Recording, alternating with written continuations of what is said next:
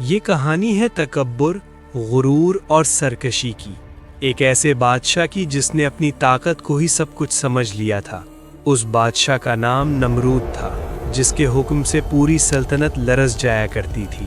وہ اپنی قوت کے نشے میں اس حد تک بڑھ گیا کہ خود کو زندگی اور موت کا مالک کہنے لگا۔ میں ہی زندگی دیتا ہوں اور میں ہی موت۔ ایک رات نمرود نے خوفناک خواب دیکھا جس نے اس کے دل میں بے چینی اور خوف پیدا کر دیا۔ نجومیوں کو بلایا گیا تو انہوں نے بتایا کہ اسی شہر میں ایک ایسا بچہ پیدا ہوگا جو نمرود کے جھوٹ اور اس کے باطل دعووں کو توڑ دے گا۔ یہ سن کر نمرود خوفزدہ ہو گیا اور اس نے ظلم کا ایک ہولناک حکم جاری کر دیا کہ ہر نوزائیدہ لڑکے کو قتل کر دیا جائے۔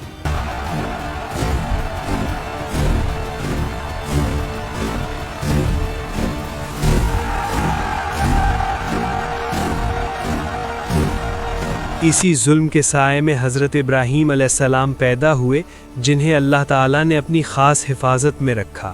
بچپن ہی سے حضرت ابراہیم حق کی تلاش میں رہتے تھے اور ان کا دل فطری طور پر سچ کی طرف مائل تھا۔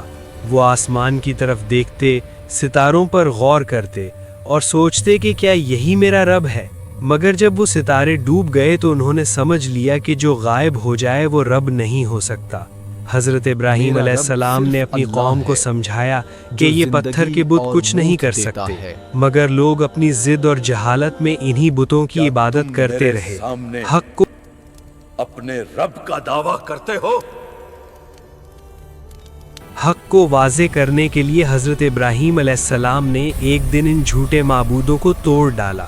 قوم غصے سے بھر گئی اور حضرت ابراہیم کو گرفتار کر کے نمرود کے دربار میں لے آئی۔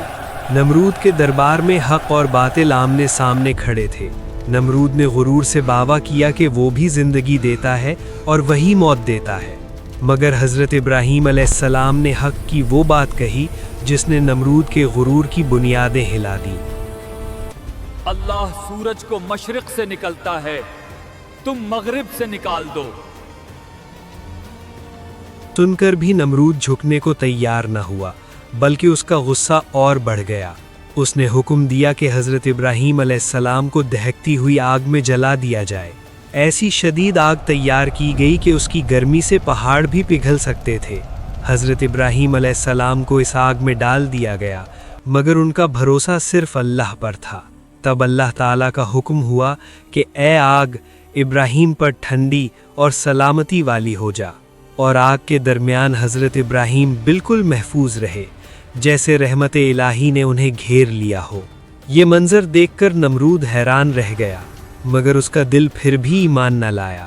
غرور میں اندھا ہو کر وہ اللہ سے بغاوت کا دعویٰ کرنے لگا۔ خدا ہوں، تیری قدرت کہاں ہے؟ تب اللہ تعالیٰ نے اپنی قدرت دکھانے کے لیے ایک معمولی سی مکھی بھیج دی، جو نمرود کے لیے عذاب بن گئی۔